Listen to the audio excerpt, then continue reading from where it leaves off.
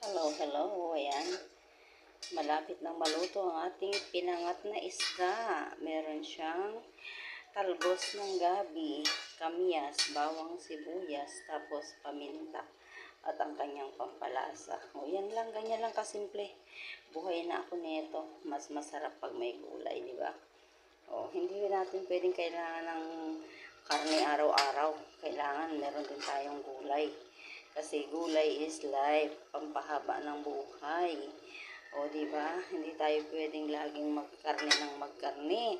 Una sa lahat, hindi natin kaya dahil mahal ang presyo. So, doon lang tayo sa kaya ng bulsa natin, di ba?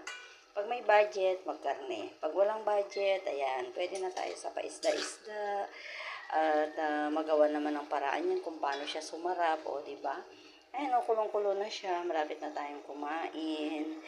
O, yan lamang po. Solve na kami nito. Masaya na kami kahit ganito lang ang ulam namin araw-araw. At pag meron, bawi-bawi na lang. Pag wala, okay pa rin. Praise God pa rin dahil di tayo pinapabayaan ni Lord.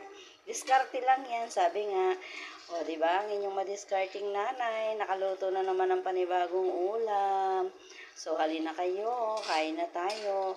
Maya-maya pag medyo natuyo-tuyo na siya, lagyan natin siya ng mantika para mas masarap. O, diba? Pamantikaan natin siya ng konti. O, hanggang dito na lamang. Thank you very much.